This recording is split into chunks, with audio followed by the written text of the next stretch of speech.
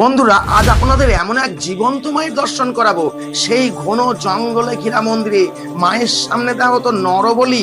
বন্ধুরা, একদাই মন্দিরে ডাকাতের দল মা শারদাকে ধরে এনেছিলেন বলি দেবার জন্য। তখন মা শারদার মধ্যে মা কালীকে দেখতে পেয়ে ডাকাতেরা নরবলি দেওয়া বন্ধ করে দিলেন। শোনা যায় 500 বছর আগে এক দরিদ্র কৃষক সামান্য কিছু সবজি বিক্রি করতে যাচ্ছিলেন। তখন পথে দেখা হয় এক ঘুঁটে কুড়ানি বৃদ্ধার সাথে। বৃদ্ধা কৃষককে বলল, তোর বাড়িতে বড় বিপদ, তুই বাড়ি ফিরে যা। তখন কৃষক বাড়ি ফিরে এসে দেখলেন বাড়িতে কোনো বিপদই হয়নি। সেই দিন রাত্রে ঘুঁটি কুড়ানি কৃষককে স্বপ্ন দিয়ে বললেন, পাশের জঙ্গল থেকে আমাকে উদ্ধার করে প্রতিষ্ঠা কর, আমি আদ্যার শক্তি মহামায়া, এই সব করতে যা খরচ লাগবে সব তোর থলিতে রাখা আছে।